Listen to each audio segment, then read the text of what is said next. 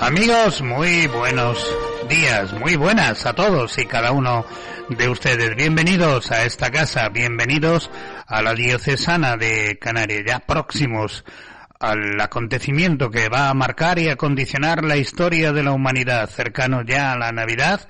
Por ello nos preparamos en el Adviento, ya llevamos casi una semanita completa, vamos a ir ya por la segunda.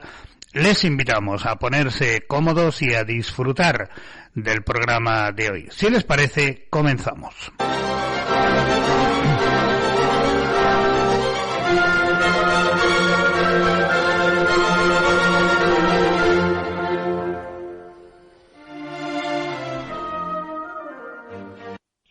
Pues aquí seguimos en la Diocesana de Canarias. Vamos a hablar con alguien que ya de antemano le digo que a mí me parece espectacular por su trayectoria personal, que en algún momento escribió lo siguiente: amo la vida, amo ser mujer. Soy una mujer apasionada que sabe disfrutar y agradecer tantos regalos que me llegan en el vivir cotidiano. Amo la amistad, las relaciones interpersonales, conocer gente nueva, la interculturalidad y universalidad que me acompaña hace ya tiempo y me amplía la mente y el corazón. Amo entrañablemente a mis dos familias, la original en la que vine a este mundo, que siempre me acompaña y sostiene con mucho cariño, y la familia, mi familia de opción, la Congregación de las Hijas de Jesús, a quien amo de modo incondicional, con su realismo de luces y sombras, y en la que ya vivo hace algo más de 60 años, y deseo permanecer en ella hasta el final de mis días. Amo mi ser de educadora, colaborando en el crecimiento de las personas, acompañando su caminar, siendo testigo de sufrimientos y gozos, en la búsqueda de sentido de la vida, en el acercamiento a Dios por mil caminos. Amo ser hija de Jesús con la espiritualidad ignaciana que me configura, liberadora desde dentro y mística de ojos abiertos. En las dos familias aprendí a conocer y amar al Dios de Jesús, quien enamora cada vez más mi corazón femenino. María Luisa Berzosa, muy buenas. Buenos días, Paco, ¿cómo estás? Pues yo bien, ¿y tú qué tal? María Luisa. Paco. ¿Me oyes? Sí, perfectamente. Ah, sí. Vale. Yo ¿Ya? es que no te oía. ¿No me oías? No, Sí, perfectamente. Bueno, ¿cómo estás? ¿Cómo estás? Bien, muy bien. Te decía que estoy aquí en Burgos. Voy a empezar a dar unos ejercicios espirituales esta tarde a un grupo de 30 personas, laicos y laicas, también de espiritualidad ignaciana. La mayoría de Burgos, pero también se une gente de Salamanca y de Valladolid. ¿Pero todavía en los tiempos que corremos se llevan a hacer ejercicios espirituales? Sí, se lleva. Yo creo que cada vez más necesitamos espacios de silencio, de retirarnos de los ruidos, de la vida cotidiana, de hacer un espacio pues para la interioridad, sí. Qué bueno. Bueno, todo lo que he leído al principio de María Luisa me lleva a hacerle una pregunta. ¿Qué valor tiene para María Luisa el amor? Pues el valor insustituible y básico y central en la vida, porque no se puede vivir sin amar y ser amada. Claro. Vivimos en un mundo, yo creo que súper mega nervioso, un mundo que desconfiado, en un mundo que por si acaso me van a apuñalar por la espalda, pues bueno, voy a andar con cuidado. Ya. ¿Vivimos en un mundo sin amor? Yo no diría tanto, diría que hay espacios donde falta el amor, sí, hay espacios donde falta, pero hay muchísimos espacios donde hay amor. Sí, yo soy más positiva que negativa. Las dos cosas existen, pero hay mucho amor, a veces no, iba a decir a veces escondido, a veces no percibido tan así a las claras. Y desde luego no es noticia de prensa, pero existe. ¿Tú crees que sería un titular de periódico o de la entrada de un informativo el decir, señores, la gente cada vez se ama más? Sí, sería un titular bomba. Pero que no se da, ¿verdad? No se da, pero en la realidad existe mucha gente que ama y es amada. Sí, estoy convencida. Qué bueno. ¿Qué busca la gente cuando va a hacer un retiro espiritual? Pues yo hablo por mí y hablo por lo que acompaño, que yo doy muchos ejercicios durante todo el año y a grupos diversos. Pues busca, dice San Ignacio, el de Loyola, que es un poco el padre de los ejercicios que es mi espiritualidad ignaciana, pues retirarse de amigos y conocidos, o sea, salir de la vida cotidiana, hacer un espacio de silencio. De hecho, vamos a una casa de espiritualidad, vivimos los 4 días que vamos a tener en silencio. Lo importante es el momento de oración personal de cada persona con el Señor. Yo que acompaño pues doy algunos puntos, sugerencias, pistas, digamos, para ayudar a la oración, pero la protagonista no soy yo, sino es cada persona en su relación con el Señor y en su oración personal. Y eso sí, compartimos la Eucaristía, compartimos una charla que yo busco sobre temas actuales antes de la comida, y ahí sí participamos, no hablo yo sola, sino que, pues hacemos diálogo de los temas que nos ocupan hoy en la vida, siempre en referencia pues a la fe, a la Iglesia, etcétera, ¿no? Ajá. Y yo creo que busca eso, busca detenerse, busca hacer un parón, busca cortar con el ritmo cotidiano que es pues a veces frenético, y cómo conciliar trabajo, familia, tantas cosas, ¿no? Entonces decir, bueno, es un tiempo para mí, me retiro, dejo todo, y sí, yo creo que psicológicamente también ayuda a decir, es un tiempo para mí, donde no tengo obligaciones, donde no tengo que dar cuenta, ¿no? Uh-huh. Es un tiempo, yo digo, de descanso con el Señor, no es una sobrecarga, ¿no? No puede ser, no debe ser, ¿no? Con mucha libertad. Si quiero ir a las orientaciones voy, si quiero hacer el ritmo por mi cuenta lo hago, sí, la libertad ante todo, ¿no? Qué bueno. Para quien no lo sepa, los ejercicios ignacianos son prácticamente como de unos monjes de clausura. Es decir, en silencio, el mayor silencio posible, 1 o 2 charlitas por la mañana, 1 o 2 charlitas por la tarde, pero de silencio. En un mundo de tanto ruido, ¿cuánto echamos en falta el silencio, verdad, María Luisa? Sí, es muy necesario, es como por salud mental también. Claro, claro. Sí, hacer silencio, hacer una parada, salir de ese ritmo, como digo, frenético, sí. Es por salud también psicológica y espiritual, ¿no? Claro. Bueno, para quien no lo sepa, yo creo que todo el mundo lo sabe, pero bueno, siempre hay algún despistado por ahí adelante. Pues María Luisa participó en el último sínodo en el que el Papa Francisco pues también estaba presente. ¿Cómo vivió María Luisa la muerte de Francisco? Ay, pues con mucho dolor, con mucha pena, porque yo tuve una relación muy personal con Francisco desde el Sínodo de los Jóvenes, el 2018, que fue el primero que participé. Porque, entre otras cosas, él siempre hacía un espacio para estar con la gente de manera informal. Por ejemplo, 40 minutos, 50, 1 hora antes de empezar la sesión en el aula. Él estaba allí en el hall cuando podía caminar. Últimamente, pues le sentaba en la silla de ruedas.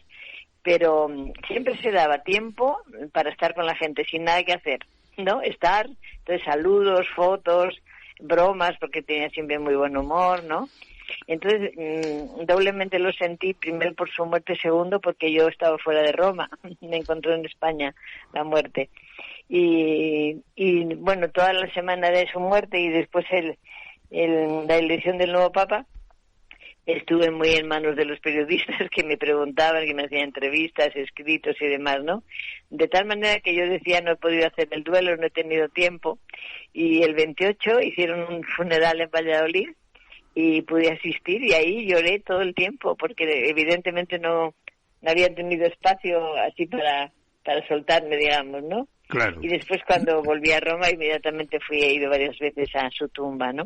Uh-huh. Que aunque no se puede uno detener, bueno, va pasando, pero después me suelo quedar allí en la la nave central de la Basílica de Santa María Mayor, que siempre está todo lleno de sillas, y una se puede quedar ahí el tiempo que necesite, ¿no? Qué bueno. Entonces, bueno, pues sí, y por otra parte también agradeciendo no solo esa relación personal, sino agradeciendo los 10 años de pontificado, que han sido, creo que, muy ricos y ha abierto muchos procesos y puertas que ahora nos toca continuar. ¿Qué le quedó por hacer? ¿Qué cree María Luisa que le quedó por hacer al Papa Francisco?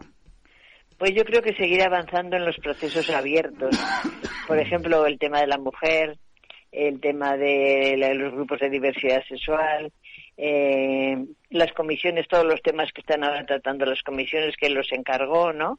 Que son temas vitales, existenciales, necesarios de tener una iluminación. Es decir, las cosas que están en camino, diría yo, claro, y que hubiera seguido empujando, y de hecho el sínodo está siguiendo porque él lo determinó en una carta del 15 de marzo cuando estaba en el hospital.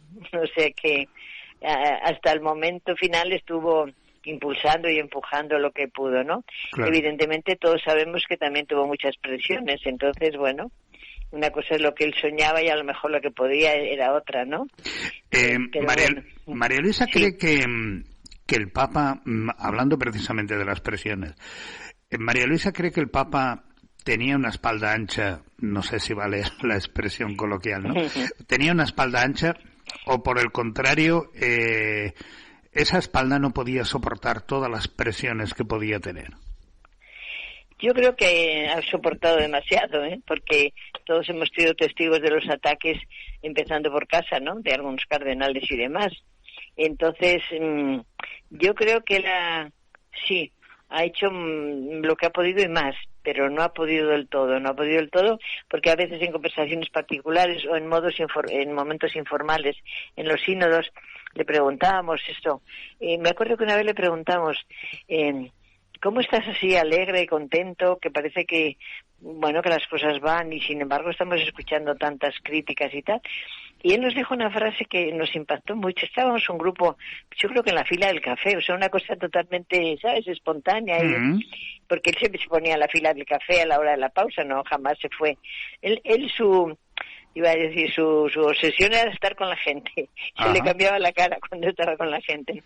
Y le preguntamos así en un momento, como te digo, informal, y nos dijo, pues yo tengo que reconocer que desde el día que fui elegido Papa, el Señor me dio una alegría que no ha desaparecido. Y nos dejó, y es verdad, porque lo notábamos siempre de buen humor, siempre de broma, siempre provocando, que te decía cosas que te dejaba como desconcertada, que no. Claro. Entonces, sí, yo creo que a pesar de todo, pero alguna vez otra vez también me soltó una frase como diciendo, bueno, veré hasta donde puedo, veremos como no sabes, sí, claro. O sea, se notaba que había, y que tenía el temor, por ejemplo, de romper, de hacer división, todo eso sí, ¿no? Porque evidentemente estaban las presiones y estaba en el ambiente, ¿no? Pero yo creo que hay mucho que agradecer de lo que ha hecho, la verdad que sí. Digamos que se fue Francisco en el peor momento de la historia de la Iglesia, o por el contrario, de seguir vivo nos iría mejor.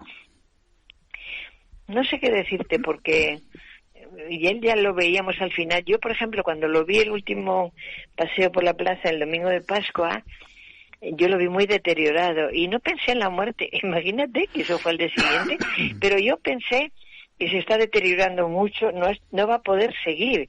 Yo pensaba más en su renuncia, Claro. Por cómo lo veía de agotado. Entonces yo creo que sí, que se agotó las fuerzas hasta el último momento, y creo que una cosa para agradecer es cómo murió, lo rápido que fue todo, que no se alargó en una agonía, que no sufrió, ¿no? Y que sí, y que se fue eso, como decimos, con las botas puestas, o sea. Murió con las botas puestas. Sí, estaba en plena, ya digo, escribir una carta impulsando el sínodo desde el hospital el 15 de marzo, eso significa que estaba en plenitud de facultades, ¿me explico? Claro. ¿No? Claro. ¿Qué le parece León XIV? Pues León XIV le conozco porque yo en las dos últimas asambleas he sido facilitadora de la mesa redonda. Y en los 2 meses, claro, la facilitadora teníamos el puesto fijo en la mesa, pero el grupo Cambiaba. En la mesa redonda cambiaba cada semana y me ha tocado 2 veces con Prevost. Pero casualidad, porque si éramos 400 personas, fue casualidad que me tocara. Y antes de pensar en papado ni en nada, yo tenía referencias muy directas de él, porque él vivía en un edificio del Vaticano, al lado de la columnata, en un edificio de pisos, y un matrimonio amigo mío vivía en el cuarto y él vivía en el quinto. Entonces tenía referencias de él en este sentido, que me decían, pues tenemos un vecino que es cardenal y es normal. Es normal, porque le vemos que viene con la cesta del supermercado. Ay, que qué va bueno, ¿no? Sí, que le vemos salir en pantalón corto para jugar al tenis. Tanto que cuando fue elegido papa les dije yo, Concha, vuestro amigo, vuestro vecino cardenal normal ha sido elegido papa. No está mal tener un papa normal. y bromeamos con eso. Pero en el corto espacio que yo le tenía en la mesa, y que la mesa son participaciones de todo el grupo, no que va hablando 3 minutos cada uno, él es una persona tímida, ¿eh? Tiene un carácter tímido y como de perfil bajo. Él sí hacía aportaciones excelentes, pero si puede hablar en tono bajo no levanta la voz, no sé cómo decir, ¿no? Claro, pero luego es muy escuchador, porque yo suelo decir que he aprendido a escuchar en la mesa redonda, porque yo no podía hablar, se tenía que animar el diálogo. He aprendido a escuchar con los oídos, pero sobre todo con los ojos, porque yo seguía con mi mirada los gestos de cada uno, y tú sabes que se expresa uno más con gestos que con palabras, ¿no? Claro. Y entonces él tenía siempre una mirada de atenta escucha, ¿sabes? De mirada profunda, de que está metido a 100% en lo que se está hablando, ¿ves? Claro. En general era así la actitud de la gente, no digo que fuera el único, pero llamaba la atención porque, sí, su modo de escuchar. Y luego en los tiempos informales, por lo mismo, pues llegaba la pausa y nos íbamos juntos a tomar el café, el grupo de la mesa, y volvíamos, etcétera. Y en esos espacios cortos muy cordial, muy cercano. Sí, también tenía referencias de cuando estaba de prefecto en el dicasterio de obispos, que había mujeres en su equipo, que las había nombrado él, que algunas muy amigas mías, y me decían, es un privilegio y es un lujo tener un jefe como Prevost, decían así, ¿no? Qué bueno. Sí, para la relación, les hablaban como mujeres, para las relaciones, para el modo de trabajo, para repartir trabajo, o sea, estaba siempre muy valorado en su persona, ¿no? No digamos su preparación, porque es indiscutible el currículum que tiene. Yo digo que tiene un currículum global, ¿no? Claro. Sí, y que para este momento esa visión y esa experiencia global yo creo que es muy necesaria. Para salir un poco de localismos, de cosas más reducidas, ¿sabes? De luchas intestinas. Yo creo que hace falta una mirada más amplia, más universal, para creyentes y no creyentes. Es decir, bueno, un líder, vamos a hablar de un líder que presenta otros valores y otro modo, ¿no? Y bueno, le he seguido mucho en el viaje ahora que acaba de hacer. A Turquía y al Líbano. Verdaderamente ha sido, bueno, los periodistas lo valoran, su modo de intercambiar con los periodistas y todos sus discursos. Incluso creo que lo valora también muchísimo el mundo musulmán. Sí, por eso yo creo que, no te olvides que él es de formación inicial es matemático. Claro. Cabeza de matemático. Y eso imprime carácter, como diríamos en lenguaje, ¿no? Una de las cosas, María Luisa, que el sínodo impulsó, y que probablemente muchos no conocen, es eso que se llama la conversación en el espíritu. Sí. ¿Qué es conversar en el espíritu? Pues mira, es una dinámica que impulsó para este sínodo Papa Francisco, ¿no? Y yo digo siempre que las mesas en el aula no fueron un elemento decorativo, sino un elemento pedagógico, ¿no? El ser redondas. Claro, el aula Pablo VI, que es el aula de las audiencias y de los encuentros multitudinarios, quitaron como, no sé, 3.000 o 5.000 sillas, no sé, y pusieron todo mesas redondas. Ajá. Todo eso estaba diseñado por Francisco. Dijo, mesas redondas. Significa que hablamos todos en círculo, que no hay presidencia, que no es el obispo el que abre el diálogo, que no es el arzobispo, ¿me explico? Porque, claro, el paso previo a todo esto, y yo creo que histórico, es que Francisco abrió el aula sinodal a personas no obispos. Claro. ¿Te das cuenta? Ya se rompió un poco el bloqueo de solo una mirada de obispos y arzobispos. Bueno, pues en la mesa redonda, que estábamos 12 personas en cada mesa, había, evidentemente, hay mucha más proporción de jerarquía, obispos y arzobispos, que el resto, pero en todas las mesas había representación. Obispo, arzobispo, religioso, laico, laica, joven, ¿me explico? Claro. Había una diversidad, porque Francisco insistía mucho en sínodo de pueblo de Dios, no sínodo de obispos, ¿te das cuenta? Claro. Entonces puso las mesas redondas y dijo, no hay presidencia, se habla en círculo, de manera que yo, facilitadora o facilitador, inicio el diálogo y voy dando la palabra en círculo, uno tras otro. Y cada uno habla 3 minutos, después que se ha hecho esa primera ronda, que evidentemente son los puntos que llevamos estudiando, ¿no? Ya sabemos que el lunes a las 9 de la mañana la sesión empieza con el punto A de la página 8. Bueno, eso lo tenemos y lo traemos preparado al aula. Siempre iniciamos con momentos de silencio como para situarnos donde vamos a hablar. Yo siempre recomendaba 3 minutos dan bastante para aportar, pero traigamos lo escrito, porque lo escrito te centra más, te limita, ¿no? Te limita y te impide alargarte innecesariamente. Bueno, entonces, hecho ese silencio inicial de situarnos, porque se hacía una oración en todo el aula, pues después de ese silencio yo daba la palabra y decía, bueno, podemos empezar por aquí, fulanito, por donde empezamos seguía el círculo, ¿no? 3 minutos cada uno. La verdad que nunca tuve que cortar, porque también si se pasaba 1 minuto, pues no sucedía nada, yo no cortaba nunca la palabra. Después de esa primera ronda de escucha, venía un tiempo de silencio. Y después volvíamos a intervenir haciendo resonancia de lo escuchado, no ya de lo mío, sino qué ha sucedido dentro de mí cuando he escuchado, ¿no? Entonces, pues se me ha producido, no sé, tristeza o ánimo o esperanza o sufrimiento, yo qué sé, ¿no? O sea, una reacción a lo escuchado en el grupo. Y después el tercer momento, evidentemente de que después de cada ronda de intervenciones hay silencio, y el último punto era, vamos a consensuar qué vamos a decir a la asamblea, ¿no? Por la mañana había los grupos, las mesas redondas, y por la tarde, digamos así, la puesta en común. ¿Qué significaba esto? Que cada relator, en cada mesa había un relator o relatora, llevaba a la asamblea lo que la mesa número 8 había decidido sobre este punto. ¿Me explico? Sí, sí. Entonces, para consensuar eso, también había que intervenir, o sea, había que contar con las aportaciones de todos. Entonces yo decía, bueno, escribamos, cada uno escribe lo que diría desde su punto de vista, ¿verdad? Ajá. Entonces, una vez que todos hemos escrito nuestro punto de vista, escuchamos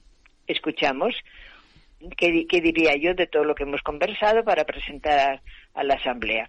Y ahí me gustaba mucho porque había mucha libertad de decir, mira, pues yo tengo esto escrito, pero cuando he escuchado lo de fulanito, me parece que está mejor interpretado. Yo me adhiero, retiro lo mío. O sea, ¿me explico? Sí, sí, sí. No había un empeño de sostener mi opinión y mi redacción, sino lo que sea mejor, ¿no? Ah, qué bueno. Claro, y siempre en el grupo tú sabes que hay gente que tiene facilidad de síntesis o lo que sea, bueno. Entonces yo insistía, volvamos a leer lo que vamos a presentar. Falta algo, nos sentimos representados, algo que queramos suprimir, añadir, incluir, de manera que el relator va a exponer lo que esta mesa ha dicho y estamos todos de acuerdo en lo que va a decir, ¿no? Bueno, pues es una dinámica que ayuda a que hablemos todos, a que escuchemos todos y a que seamos todos escuchados. Claro, y que ahí no cabe el rebatirle al otro lo que efectivamente, ese escucha sin rebatir. Pero en ese último punto de hacer el consenso hay un diálogo abierto, ¿sí? Oye, eso que has dicho tú, pues es que sabes que en mi contexto esto es muy fuerte, pero resulta que en América, ¿me explico? Claro. Ahí sí, había un diálogo porque lo que intentábamos, como te digo, era consensuar un tema, o sea, una aportación de esta mesa que dice esto y la otra mesa dice lo otro. Entonces, tú sabes que en los grupos de trabajo a veces hablan dos, otros repiten, otros se alarga, otro no habla. No, allí estaba todo, digamos, en círculo. Entonces eso por eso siempre digo que es un elemento pedagógico, metodológico y no es decorativo porque se les ocurrió poner mesas en vez de sillas, ¿sabes? No mesas redondas en vez de cuadradas, ¿no? Tenía toda su intencionalidad y se está haciendo. Yo estoy acompañando grupos, capítulos, congregaciones que lo utilizan. El otro día estaba en un fin de semana en Barcelona con una asamblea regional de comunidades de vida cristiana y hemos hecho esta dinámica y realmente pues todo el mundo quedamos contentos porque está la participación de todos y todas. No hay palabra que no se tenga en cuenta, ¿no? Ajá. Eso es muy importante y entonces la participación viene de ahí. La participación no es que uno hable y los demás escuchen, claro, sino que todos podemos aportar, ¿no? Bueno, voy a invitarle a María Luisa a que escuche una canción muy conocida, pero que después le voy a explicar por qué te la pongo. Bueno, me encanta la música, así que...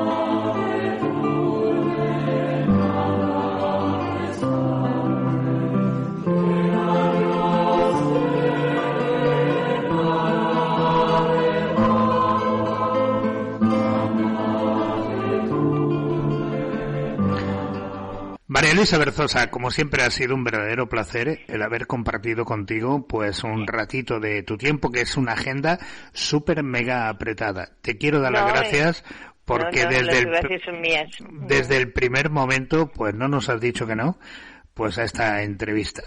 Un abrazo enorme. ¿Dónde sale esta entrevista? Bueno, pues la entrevista la emitiremos este fin de semana. Ajá. Vale. Pues nada. Pues nada, muchas gracias. Un abrazo enorme, María Luisa. Igualmente, felicidades para todos. Gracias. Venga, chao. Pues hasta aquí hemos llegado en este programa que me parece suculento e interesante. Eso de vísperas a las 8 de la tarde en el Seminario Diocesano de Canarias. Mercadillo solidario a favor de Mozambique. El Centro Loyola acogerá el 20 de diciembre un mercadillo solidario a favor de Mozambique organizado por las consagradas del Orden de Vírgenes. El mercadillo será en la calle Doctor Chill número 15 y permanecerá abierto al público de 11 de la mañana a 8 de la tarde. Seguimos en la Diocesana de Canarias.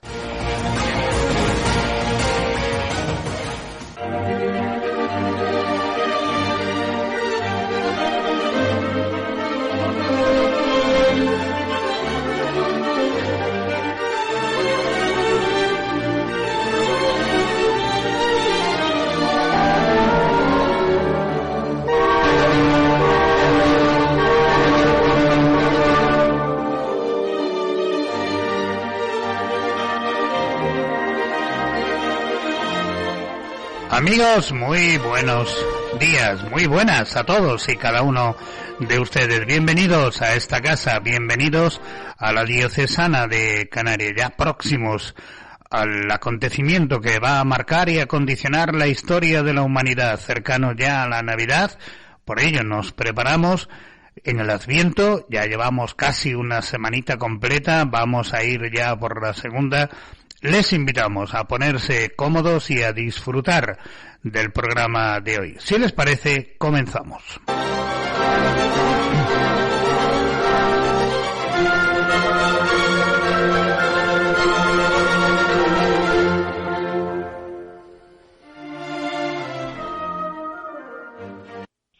Pues aquí seguimos en la Diocesana de Canarias. Vamos a hablar con alguien que ya de antemano le digo que a mí me parece espectacular por su trayectoria personal, que en algún momento escribió lo siguiente: amo la vida, amo ser mujer. Soy una mujer apasionada que sabe disfrutar y agradecer tantos regalos que me llegan en el vivir cotidiano. Amo la amistad, las relaciones interpersonales, conocer gente nueva, la interculturalidad y universalidad que me acompaña hace ya tiempo y me amplía la mente y el corazón. Amo entrañablemente a mis dos familias, la original en la que vine a este mundo, que siempre me acompaña y sostiene con mucho cariño, y la familia, mi familia de opción, la congregación de las Hijas de Jesús, a quien amo de modo incondicional, con su realismo de luces y sombras, y en la que ya vivo hace algo más de 60 años, y deseo permanecer en ella hasta el final de mis días. Amo mi ser de educadora, colaborando en el crecimiento de las personas, acompañando su caminar, siendo testigo de sufrimientos y gozos, en la búsqueda de sentido de la vida, en el acercamiento a Dios por mil caminos. Amo ser hija de Jesús con la espiritualidad ignaciana que me configura, liberadora desde dentro y mística de ojos abiertos. En las dos familias aprendí a conocer y amar al Dios de Jesús, quien enamora cada vez más mi corazón femenino. María Luisa Berzosa, muy buenas. Buenos días, Paco, ¿cómo estás? María Luisa, en sus tiempos mozos, vamos, si me permite ella la expresión, sí. Estuvo también metida en pastoral juvenil. ¿Qué le pasa a la gente joven hoy, María Luisa, que lo que huele a algo religioso parece que es una peste? Bueno, yo creo que es otro mundo, te voy a decir, otro mundo, otra juventud, otro momento histórico, hay muchas diferencias, pero últimamente yo estoy escuchando, sobre todo a mis hermanas de congregación, yo no trabajo con jóvenes, pero escucho mucho y me inquieta y lo sigo. Hay una búsqueda, hay una vuelta, sobre todo el tema espiritualidad, que es distinto de fe y es distinto de religión. Mira, yo he estado 26 años fuera de España, trabajando en Argentina, después en Italia, bueno. Cuando yo me he ido a Argentina en el año 89, esto estaba en pleno cambio político, sociopolítico, etcétera. Bueno, pero vivíamos todavía se vivía con fuerza o con restos de la imposición de lo religioso, ¿no? Cuando he vuelto, después de 26 años, he encontrado que mucha gente que vivimos lo impuesto, pues se hizo el movimiento pendular de ahora nada. Pero entre lo impuesto no, que yo tampoco lo quiero, y nada, hay mucha gente que está buscando, y entre ellos los jóvenes, ¿no? Pero la problemática de los jóvenes es fuerte, porque escucho esa vuelta o esa búsqueda de espiritualidad. Ahí está la película de los domingos, ahí está Rosalía y su canción. Es decir, hay gestos, hay datos, y luego también al mismo tiempo escucho la terrible decisión de muchos jóvenes de suicidio, de autolesionarse, o sea, las dos cosas se dan, pero quizá por eso hay mucha búsqueda de otros espacios, ¿no? De buscar sentido, de buscar razones, de poder hacer el bien en voluntariados, en entregas, o sea, sí, yo estoy así como atenta, ¿no? ¿Qué opina? Es un mundo para mí nuevo, sí. ¿Qué opina María Luisa de movimientos como Hakuna, FETA, que parece que tanto están enganchando a los jóvenes de hoy? Sí, a mí me cuestiona también, yo conozco más de cerca los retiros de Maús. A ver, por una parte tiene ese atractivo que tiene mucho que ver con la adoración, el silencio. Después me queda como interrogante, pero no quiero entrar en juicio porque no tengo muchos datos, me queda como interrogante si es una fe que se proyecta en lo social, en lo cotidiano, en la vida, o es separado. ¿Me explico? O hacemos una adoración, pero en paralelo es una fe intimista, es un refugio, me quedan esos interrogantes, ni afirmo ni niego, pero me quedan esos interrogantes, ¿no? Y pues hay que ver cómo yo he dado retiros a gente de estos movimientos y he cuestionado por ahí, pero hay una visión del mundo, aún gente joven, pues a lo mejor negativa, o de miedo, entiendo que también hay gente joven, porque lo escucho en los acompañamientos a la gente adulta, gente que le falta cariño, gente que no se siente querida, y eso deja huellas y rupturas fuertes en las personas, ¿no? Es complejo, pero yo, como te digo, soy positiva y digo, seguramente que ahí hay valores, sin duda los hay, ¿verdad? Que no acabamos de descubrir o que no acabamos de entender, porque evidentemente, que te voy a contar, el mundo de Internet y las redes ha hecho un cambio vertiginoso y rápido en poco tiempo, ¿no? Claro. Y ahí los jóvenes están más que metidos, más que enganchados. Más que cualquiera de nosotros. Efectivamente, claro. Que yo no soy en contra de eso, que hay que estar en el mundo digital, yo creo que eso no es optativo, hay que estar. El tema es cómo estamos. Y claro, hay jóvenes que están siendo víctimas también de las redes, ¿no? Entonces, todo se puede usar, todo es bueno, pero vamos a ver hasta dónde y hasta cuándo, ¿no? Bueno, hace muy poquito ha salido un libro que se llama o se titula Unidad en la diversidad por una eclesiología sinodal renovada, de la que María Luisa también tiene una parte en ese libro. ¿Qué aporta el libro que no se haya dicho antes? Pues mira, el conjunto de los que somos y las que somos apunta a lo que es la sinodalidad, ¿no? Es un mosaico, si has visto el libro, si no lo has leído, es un mosaico de temas que tienen ese entronque de una eclesiología renovada, que no estamos hablando de ayer, estamos hablando de que venimos del Concilio Vaticano II y que muchas cosas no se han desarrollado, ¿no? Entonces es por ahí, es decir, aporta una visión plural, muy plural, porque digo, somos muchos y muchas, pero tiene ese entronque de decir, a ver, no es cualquier eclesiología, no es la de 1965 cuando acabó el Vaticano, han pasado muchos años, hay cosas que renovar, pero hay cosas que se sostienen, ¿no? Es decir, una iglesia de participación, una iglesia de inclusión, una iglesia de comunión, pues se mantuvo o se tuvo en aquel momento, pues hay que mantenerlo, renovarlo, liberarlo de polvo y ponerlo con más frescura hoy día, ¿no? Ajá. Entonces, en ese sentido, yo creo que aporta esa novedad del momento, pero que toda la eclesiología evidentemente tiene un proceso histórico, no es que estamos hablando de un día para otro, ¿verdad? Hay que darle tiempo al tiempo. Efectivamente, pero yo creo que sí, porque yo he leído otros artículos de mis compañeros y compañeras, no solo el mío, obviamente, y veo eso, digo, sí, aquí hay un aire fresco que ayuda a ver otro tipo de iglesia, ¿no? Otro modo de ser iglesia. No cambiar el fundamento, como mucha gente a veces con el signo de la sinodalidad nos acusa. Es que estáis cambiando el fundamento de la iglesia. No. Es el modo de ser y estar y participar y actuar de otra manera, ¿no? Claro. Más inclusión, más participación. ¿El sínodo, María Luisa, va a suponer la panacea de la religiosidad del futuro? No, yo creo que no hay panaceas.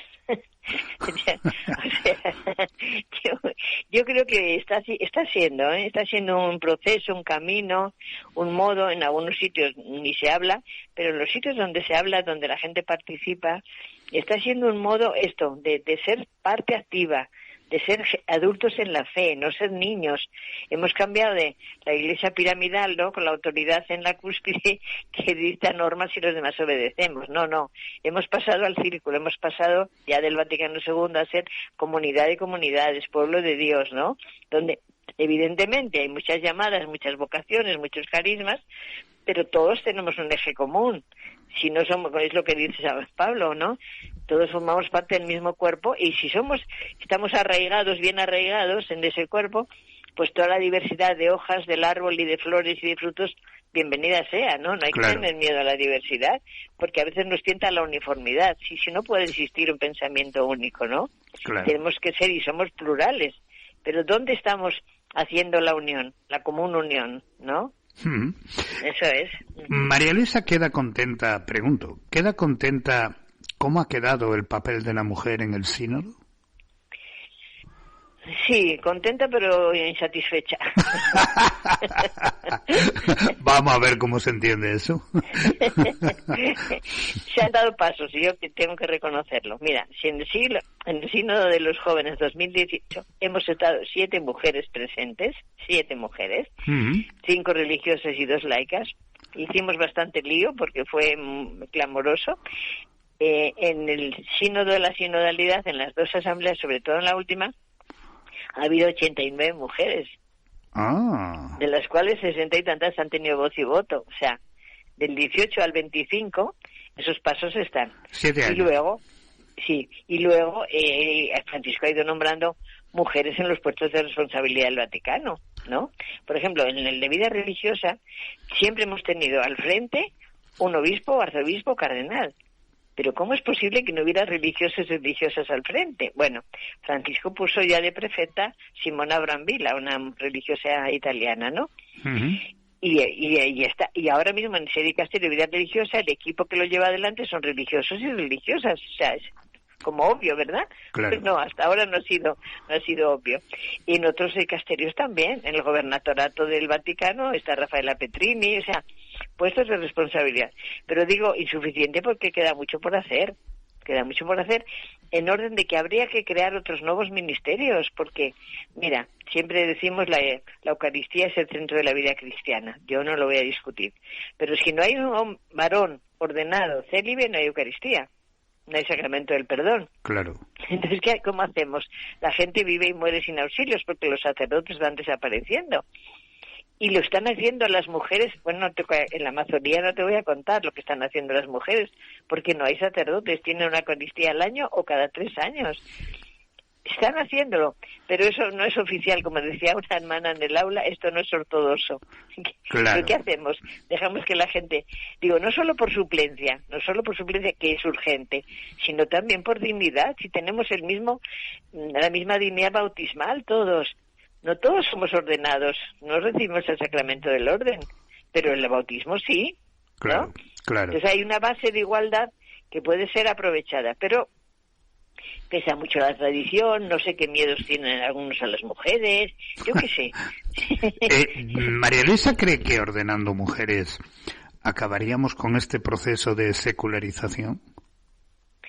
Pues no, a ver, yo creo que nada es resuelto totalmente la cosa, pero ayudaría, yo creo que ayudaría, porque estaría todo, o sea, no tanto clericalismo, estaría todo más, vale la palabra, como más nivelado, no sé cómo decir, ¿no? Si está todo en manos hubiese un mayor equilibrio. Efectivamente, esa es la palabra. Hubiese mayor equilibrio, porque si está todo y solo en manos del clero, es una mirada. Mira, te pongo el ejemplo. Yo entré en la comisión de ¿cómo se llamaba? Consultora de la Secretaría del Sínodo, ¿no? Y por 5 años he estado ahí. Cuando yo entramos 6 personas, 4 mujeres y 2 varones. La comisión eran 14 obispos. Será poca la entrada de otras personas, pero te puedo asegurar que se cambia el color de la reunión. Claro. Porque de una única mirada de 14 obispos a 14 obispos más 6 no obispos, ¿no? Mujeres y varones, religiosos y laicos, aparece el pluralismo, aparece lo que somos en la Iglesia, ¿no? Claro. Entonces, ¿por qué tenemos tanto miedo a incorporarnos como mujeres a todos esos campos, que como te digo, que ya se están haciendo en muchísimos lugares? No es que tenemos que empezar, se está haciendo, pero tiene que ser reconocido, tiene que ser de alguna manera validado y oficializado. Claro, ¿no? A lo mejor lo que se está haciendo, voy a decir una burrada que no sé si es válido o no, se está haciendo de una forma alegal, fuera de la legalidad. Sí, lo dijo en el sínodo de la Amazonía, que el sínodo de la Amazonía fue para mí el sínodo impactante de lo más. No te imaginas lo que era escuchar en el aula a los aborígenes. Claro, es que ese sínodo fue absolutamente distinto a todos los demás por esas voces de esas denuncias proféticas tan inmensas que hacían en el aula. Y el modo como lo hacían, un modo pacífico, tranquilo, sin agresividad, sin recriminaciones. Pero un día se levantó una hermana y dijo, yo estoy haciendo esto y esto y esto. He acudido a una persona que me dijo, me quiero confesar, pues no hay un sacerdote, pues se estaba muriendo, había sido ametrallado. Bueno, yo le conforté como pude, le dije, pues Dios te recibe, te perdona. Y fue nombrando todo lo que estaba haciendo. Claro, se volvió mirando al aula y dijo, pero esto no es ortodoxo, esto no es oficial, ¿no? ¿Cómo hacemos? ¿Y qué le dijeron, por cierto? ¿Qué le dijeron? Silencio total, en el aula un silencio total, ¿no? Después aplauso y después fuimos a decirle, los obispos de la Amazonía lo saben perfectamente, Paco, cómo están haciendo todo. Claro. Lo saben, lo tienen ahí al lado, ¿te das cuenta? Entonces no es crear, empezar, es revalidar o decir, esto tiene que ver con nuestra situación pastoral, con nuestra atención a la gente. Claro. Es lo más urgente son las personas, ¿no? Ahí entraría también incluso el mundo de la LGTBI y todo ese mundo que de alguna forma está siendo excluido. Yo creo que no tanto de una forma, digamos que muy a propósito, sino porque como legalmente también volvemos a lo mismo, ¿no? Como legalmente todavía no podemos, pues no damos ese paso. No sé si por miedo, si por, no sé, hasta que esto no se solucione, no sé cómo es la historia, ¿no? Ya, yo colaboro mucho en el mundo LGTBI. Te puedo decir que se están dando pasos increíbles, y que también depende no solo de, en este caso de la jerarquía, depende también de los mismos grupos, Te cuento que en Italia, yo vivo en Roma hace varios años, en Italia hay muchísimos grupos con muchísima autonomía, con muchísima visibilidad, tienen una cantidad de iniciativas impresionantes, de cursos, de retiros, de conferencias, bueno, ya has sabido, ¿no? El jubileo de los LGTBI en Roma. Claro. Eso ha sido histórico, claro, de verdad. Claro. No lo podíamos creer, hacer la peregrinación, entrar en la basílica, la vigilia, la Eucaristía, eran 1.400 personas de todo el mundo. Claro. De todas formas, al Papa, a León XIV, a Prevost, tiene muchas puertas abiertas. Vamos a ver si es capaz de ir cerrando puertas, pero porque las cierra, porque realmente es necesario cerrarlas. Sí, o sea, él cuando empezó y se juntó con la Secretaría del Sínodo, lo primero que dijo, hay que seguir el proceso iniciado, ¿no? Claro. Con toda la sinodalidad y demás. Entonces incluye todo, incluye las 10 comisiones que están estudiando los temas, están ahí, estamos esperando que el 31 de diciembre den un poco su informe de lo que van sacando de los diversos temas, ¿no? Que estamos esperando. Entonces todo eso, como digo, yo creo que Francisco abrió, inició, y hay que seguir. Antes decía María Luisa que el Concilio Vaticano II en el 65 terminó y hubo infinidad de temas del concilio que ni siquiera se han tocado. Claro. Corremos el riesgo que ahora cuando cerremos el sínodo, con el paso del tiempo haya infinidad también de temas que no se vayan a tocar. Pues sí, depende de todos y de cada uno, también del Papa y de los obispos, pero yo siempre digo, pues si nos sentimos parte, depende también de cómo nos situemos. Pues a veces el párroco no hace nada, el obispo no hace nada, y los grupos de laicos están haciendo, el sínodo. El otro día yo estaba en unas charlas, he dado una conferencia sobre acoger y acompañar personas LGTBI en Teruel, en la diócesis. Hemos tenido un pequeño problema técnico, y la pregunta que le estaba haciendo a María Luisa era si lo mismo que había pasado con el Concilio Vaticano II, en el cual quedaron muchas puertas abiertas y que nunca se han vuelto a cerrar porque no se han tocado. Yo le preguntaba a María Luisa si no temía que con el sínodo volviera a pasar lo mismo. Sí, puede ser. Todo somos capaces de todo, de empezar y cortar y dejar, ¿no? A mí me parece que ahora hay un movimiento muy importante de participación de todos y todas, como decía Francisco, todos, ¿no? Que si esto se toma en serio, va adelante, porque quien hace el camino de la vida, pues somos los que estamos involucrados, ¿no? Como decía, participantes, pertenecientes, no nos sentimos espectadores, sino miembros activos, ¿no? Y en ese sentido, en los pequeños y grandes espacios se van dando pasos, como te digo, en los temas que estábamos citando. Entonces se van dando pasos, la idea y el deseo es continuarlos. Yo siempre digo, no insistir en la velocidad, sino en dirección a, ¿no? Claro. Saber hacia dónde vamos, ¿no? Entonces más despacio, menos despacio, pero no abandonar caminos ya abiertos, no sé cómo decir, no frenar o peor todavía echar para atrás, ¿no? ¿Qué opina María Luisa de ese lenguaje de todos, todas, todes? No lo sé.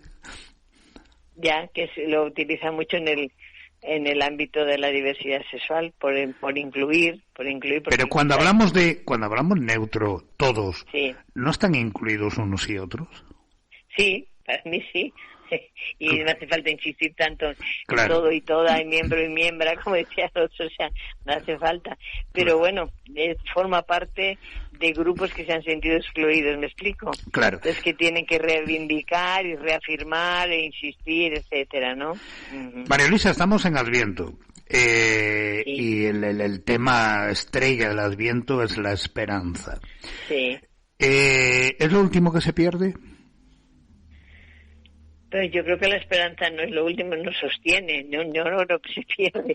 Yo creo que nos sostiene, ¿no? Porque sin esperanza, sin proyecto de futuro, sin deseos, sin sueño, estamos como estáticos, no sé cómo decir, estamos vivos pero inertes, ¿no? Claro. Porque la esperanza es un motor que nos mantiene, que nos pone en marcha, y yo lo equiparo eso que te digo, ¿no? Pues deseos, proyectos, sueños, utopías, todo lo que tiene que ver con futuro, con no conformarnos con que este mundo va mal y nos lamentamos, sino intentamos poner nuestro granito de arena para mejorar, ¿no? Claro. La gotita. Yo a Francisco le decía en un momento de una reunión, no sé qué hago aquí, estoy perdida, esto es una gotita en el océano. Y me dijo, pero hay que poner la gotita, María Luisa, hay que poner la gotita.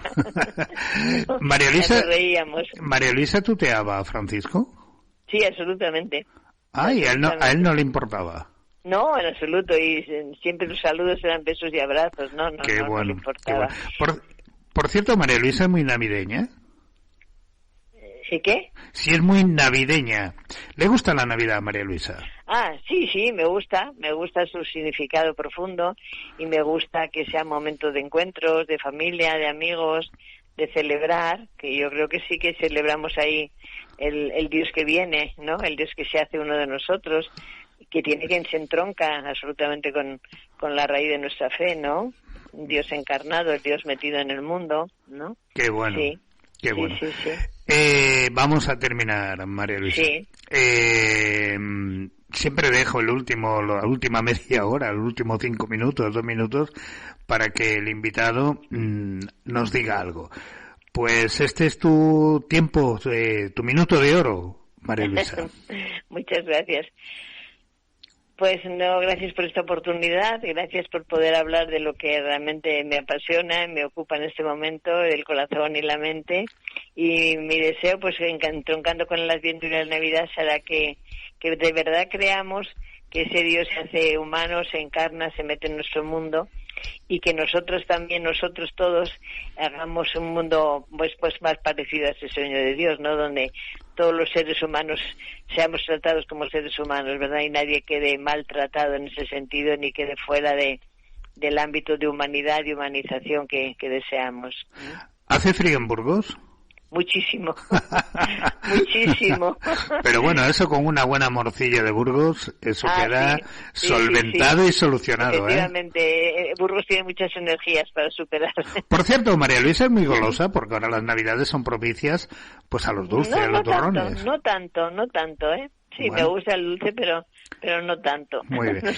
María Luisa Berzosa, como siempre ha sido un verdadero placer el haber compartido contigo pues un ratito de tu tiempo, que es una agenda súper mega apretada. Te quiero dar las gracias porque gracias son mías. Desde el primer momento pues no nos has dicho que no pues a esta entrevista. Un abrazo enorme. ¿Dónde sale esta entrevista? Bueno, pues la entrevista la emitiremos este fin de semana. Ajá. Vale. Pues nada. Pues nada, muchas gracias. Un abrazo enorme, María Luisa. Igualmente, felicidades para todos. Gracias. Venga, chao. Pues hasta aquí hemos llegado en este programa que me parece suculento e interesante con María Luisa.